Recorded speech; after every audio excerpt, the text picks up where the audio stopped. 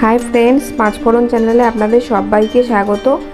আজকে আমি চলে এসেছি টক দই কী করে আমরা বাড়িতে পাতবো সেই রেসিপি নিয়ে। এই গরমকালে আমরা টক দই মোটামুটি সবাই পছন্দ করি, আর এখন দোকান থেকে না কিনে যাতে বাড়িতেই পাততে পারেন সেই ভিডিওই আজকে আপনাদের সাথে শেয়ার করব। প্রথমেই আমি এটা দুধ নিয়েছি, দুধটাকে আমি একদম উষ্ণ গরম করেছি, মানে এমন গরম করতে হবে যাতে আঙুল ডোবানো যায়। খুব গরম করলে কিন্তু দই বসবে না। উষ্ণ গরম দুধ নিয়েছি, আর নিয়েছি আগের দিনের একটু দই। মানে ধরুন যারা আপনারা প্রথম পাতবেন তারা দোকান থেকে 50 কি 100 এরকম দই কিনে আনবেন। আনার পর সেই যে একটু দই, সেইটা আমি একটুখানি তুলে রেখেছি। এবার আমি আজকে দইটা পাতবো। এই দইটা আমি যে বাটিতে দই পাতবো তার গায়ে এইভাবে মাখিয়ে নেব ভালো করে। এই দম্বলটা কিন্তু খুব বেশি দিলে দই খুব টক হবে, তাই খুব বেশি দেবেন না।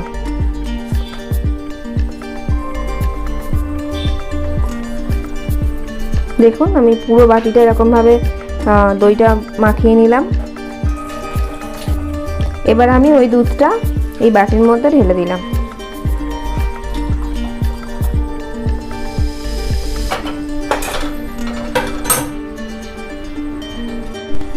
দেখুন আমি দুধটা পুরোটা ঢেলে দিয়েছি। এবার আমি একটা প্লেট চাপা দেব।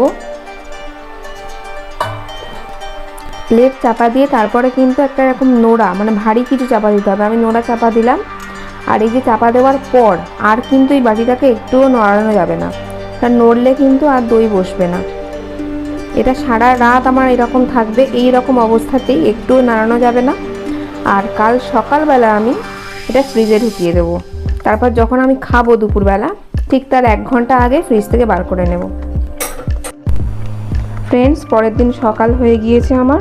এবার দইটা কেমন বসেছে চলুন তাহলে দেখে নিই। দেখুন আমার একদম পুরো দোকানের মতোই কিন্তু দইটা বসেছে। আমার দই বসানো একদম কমপ্লিট। এবার আমি এটাকে ফ্রিজে ঢুকিয়ে দেব। 3-4 ঘন্টা মতো এরকম ফ্রিজে রাখবো। তারপর আমি ঠিক দুপুরবেলা ভাত খাওয়ার আগে আমি 1 ঘন্টা মতো আগে আমি দইটা বার করে তারপরে খাবো। আপনারা বাড়িতে এভাবে করুন। দই বসানো খুব খুব সহজ কাজ, তাই বাইরে থেকে কিন্তু আর কিনতে হবে না। আর ভিডিওটা যদি ভালো লাগে প্লিজ চ্যানেলটিকে লাইক করবেন, শেয়ার করবেন এবং সাবস্ক্রাইব করবেন। ধন্যবাদ, ভালো থাকবেন।